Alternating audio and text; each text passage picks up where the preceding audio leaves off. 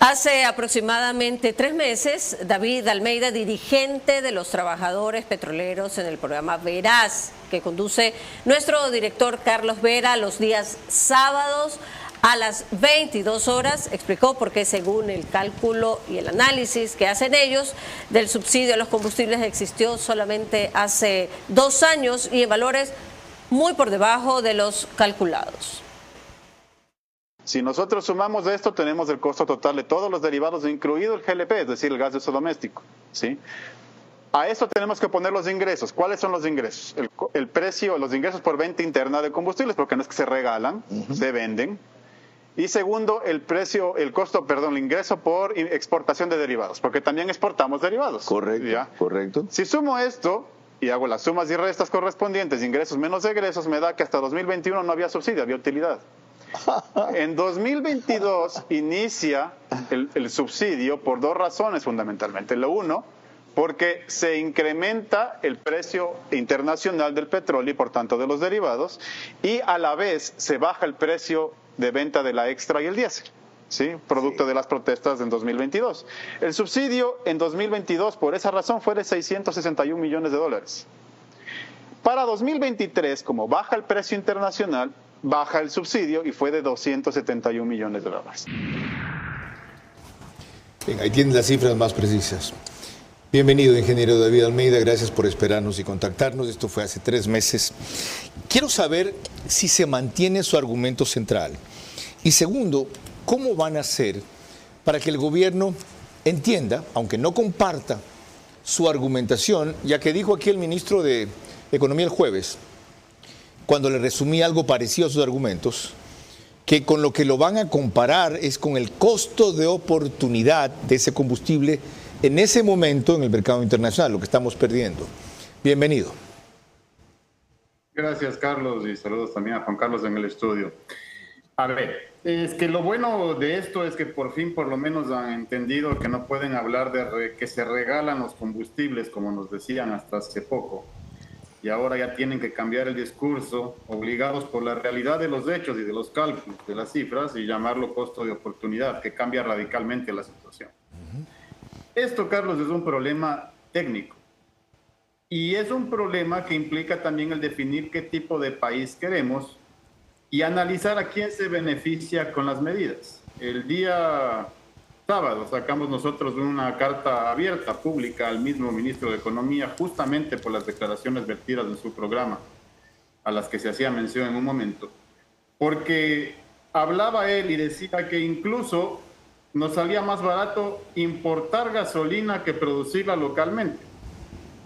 Y dijo también que prefería que nos concentremos en la producción de diésel, en la que somos más eficientes, antes que en producir gasolina, demostrando por lo menos ignorancia en el tema de materia hidrocarburífera, y si no, demostrando también mala fe, que puede ser otra opción, le decíamos de frente en una carta abierta. Y explico esto. Fíjese que usted, precisamente las gasolinas son las menos deficitarias en cuanto a volumen.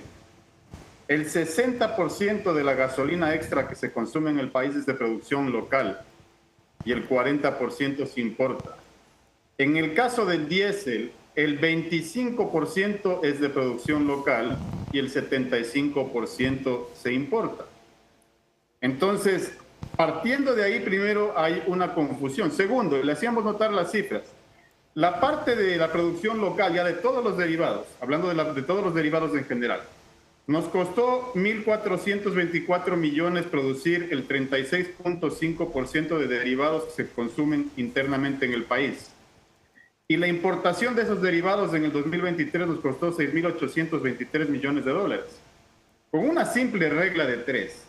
Si yo hubiera importado también el 36.5% que produzco localmente, me hubiera costado 3.900 millones de dólares, es decir, 2.75 veces más de lo que me costó producir eso localmente. Ok, lleguemos hasta ahí. Y además hay un problema. Lleguemos hasta ahí. Enseguida vuelvo con David Almeida, dirigente de los trabajadores petroleros y de energía a nivel nacional.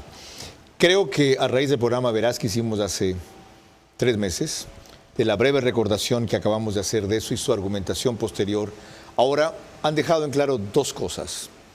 Que en muchos casos no existe el subsidio, que en otros no es del nivel que se dice y que hay que empezar reconociendo o debatiendo eso. Tendremos un nuevo encuentro así extenso para desarrollar esos argumentos, sobre todo ahora. Pero previamente, retomando lo que decía Adriana Bermeo en ese reportaje, ¿se van a unir ustedes a esas movilizaciones del miércoles? ¿Esa será su forma de protestar, la fuerza y no la razón que dicen tener? Bueno, no, la fuerza y las medidas de hecho siempre vienen precedidas de la razón, ¿no? Nosotros siempre lanzamos primero nuestras consignas y nuestras ideas y luego la movilización.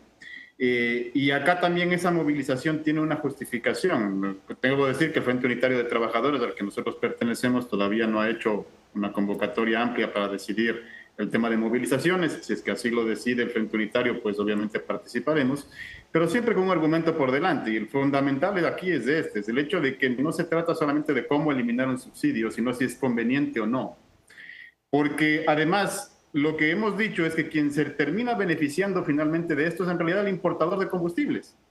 Recuerde, Carlos, que en la entrevista a la que usted hacía mención, nosotros fuimos claros en determinar de que esto viene acompañado también de una serie de medidas que tomaron ya para permitir la importación del sector privado de los combustibles, Ingeniero, que son quienes presionan para elevar el disculpe, precio. no. Quien se termina beneficiando principalmente de esto, no exclusivamente eso, son los narcotraficantes, ¿ya? Son los contrabandistas, son los laboratorios donde producen droga. O sea, es el Perú, Carlos, donde hay un contrabando de gasolina enorme. Esos son los mayores beneficiarios por el costo que tiene la gasolina aquí. Sin descartar que los importadores de combustible también hacen su agosto. ¿Ustedes desconocen eso?